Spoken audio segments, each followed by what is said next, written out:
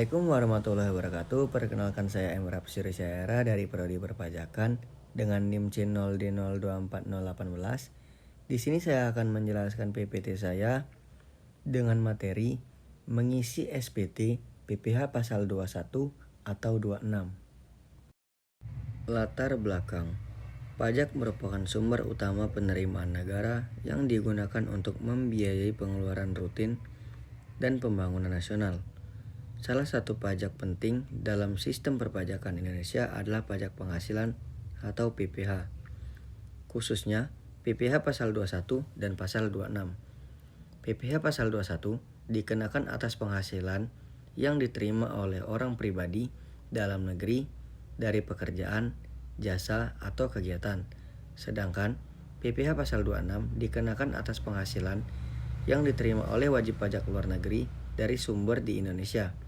Kedua jenis pajak ini wajib dilaporkan melalui SPT masa, PPh pasal 21 atau 26, dan pengisian yang benar sangat penting untuk menghindari kesalahan administrasi serta memastikan kepatuhan terhadap peraturan perpajakan yang berlaku. Rumusan masalah. Apa yang dimaksud dengan PPh pasal 21 dan pasal 26? Bagaimana ketentuan dan tarif yang berlaku untuk masing-masing pasal? Bagaimana tata cara pengisian SPT masa PPh pasal 21 atau 26? Tujuan.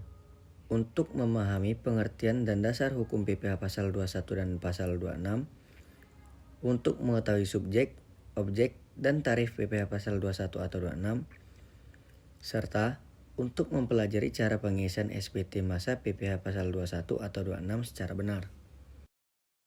Pengertian dan dasar hukum.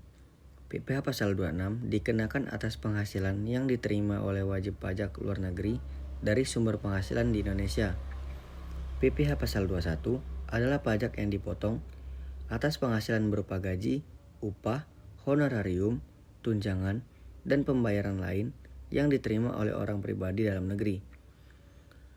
Dasar hukumnya, Undang-Undang Nomor 7 Tahun 1983 tentang Pajak Penghasilan, terakhir diubah dengan Undang-Undang Nomor 7 Tahun 2021 tentang Harmonisasi Peraturan Perpajakan, serta Peraturan Menteri Keuangan dan Peraturan Dirjen Pajak terkait ESPT dan e-Bupot. Subjek dan objek pajak. Subjek PPh pasal 21. Orang pribadi dalam negeri seperti pegawai tetap, pegawai tidak tetap, dan tenaga kerja ahli dan komisaris.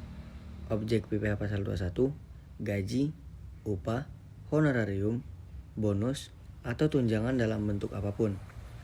Subjek PPh pasal 26, orang pribadi atau badan luar negeri yang menerima penghasilan dari Indonesia selain bentuk usaha tetap atau BUT. Objek PPh pasal 26, dividen, bunga, royalti, sewa, dan imbalan atas jasa. Tarif PPh pasal 21 dan pasal 26. Tarif PPh pasal 21. 0 sampai dengan 60 juta rupiah per tahun dikenai tarif 5%. Di atas 60 juta rupiah sampai dengan 250 juta rupiah per tahun dikenai tarif 15%. Di atas 250 juta rupiah sampai dengan 500 juta rupiah per tahun dikenai tarif 25%. Di atas 500 juta rupiah sampai dengan 5 miliar rupiah dikenai tarif 30%. Di atas 5 miliar rupiah dikenai tarif 35%.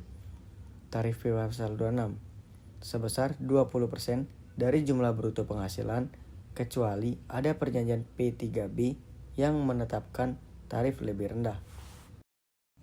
Tata cara pengisian SPT masa PPh pasal 21 atau 26. Yang pertama, mengisi data identitas pemotong pajak, NPWP, nama, serta alamat. Yang kedua, menginput data penghasilan bruto dari PPh yang telah dipotong. Yang ketiga, memastikan seluruh data penerima penghasilan telah sesuai.